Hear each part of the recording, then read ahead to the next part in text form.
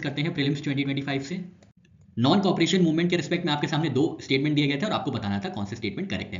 पहले स्टेटमेंट में दिया गया था Congress declared attainment of swaraj by all legitimate and peaceful means to its objective. तो कांग्रेस ने घोषणा कर दी थी कि स्वराज को अटेन किया जाएगा लेजिटिमेट और पीसफुल मींस का इस्तेमाल करते हुए।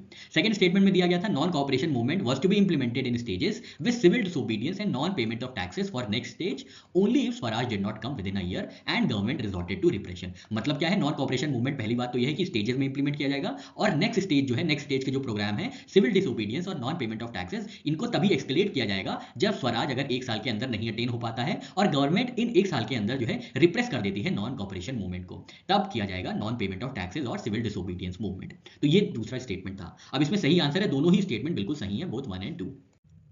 नॉन कॉपरेशन मूवमेंट को अप्रूव किया गया था दिसंबर 1920 के कांग्रेस सेशन में, जो कि नागपुर में हुआ था और जिसके प्रेसिडेंट हुआ करते थे वी राघवाचार्य जी। यहां पे गांधी जी ने डिक्लेयर किया गया था कि अगर स्वराज एक साल के अंदर नहीं प्राप्त होता है और इन्हीं एक साल में अगर गवर्नमेंट जो है रिजॉर्ट करती है रिप्रेशन टूल्स पे, तो सिविल डिसोबीडियंस मूवमेंट और नॉन पेमेंट ऑफ टैक्सेस जैसे प्रोग्राम को भी इंप्लीमेंट किया जाएगा under non cooperation of movement. Demands क्या थी गवर्नमेंट से? तो विड्रॉ करना था रौलत एक्ट को, ये एक डिमांड थी इंडियंस की। अडॉप्ट अ लीनियंट एटीट्यूड टुवर्ड टर्की, और थर्ड जो डिमांड थी गवर्नमेंट के ऊपर वो थी restore the sultan, that is खिलाफत इशू।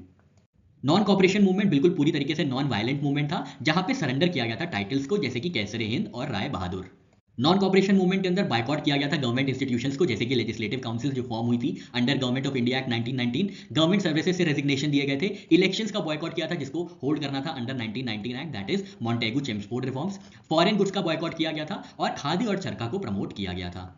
नॉन कॉपरेशन मूवमेंट के रीजनल एक्सप्रेशंस की बात करें तो बंगाल में बीरेंद्र नाथ संसाल जी थे जिन्होंने इसको लीड किया था। आसाम में जेएम सेनगुप्त जी थे जिन्होंने ऑर्गेनाइज किया था strikes in tea plantations, steamer service and Assam Bengal railways. United Provinces यानी यूपी में बाबा रामचंद्र जी थे जो कि रायबरेली, प्रतापगढ़, फैजाबाद और सुल्तानपुर में एग्रेरियन राइट्स को लीड कर रहे थे। मदारी पासी जी थे जिन्होंने एक मूवमेंट को लीड किया था और यहाँ पे स्ट्रॉन्ग प्रेजेंस देखी गई थी किसान सभा मूवमेंट की अवध में during non cooperation movement.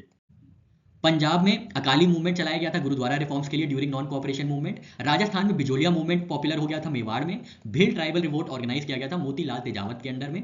Gujarat में वल्लभ भाई पटेल जी थे जिन्होंने बहुत ही एक्टिव रोल प्ले किया था in spreading the non cooperation movement.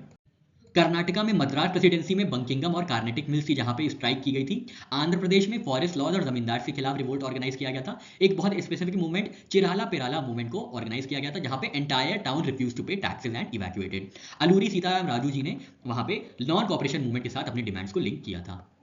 Tamil Nadu में मेजर मूवमेंट्स जो लीड कर रहे थे वो थे सी राजाजी गोपालाचारी जी, एस सत्यमूर्ति जी और पेरियार ई वी रामास्वामी जी।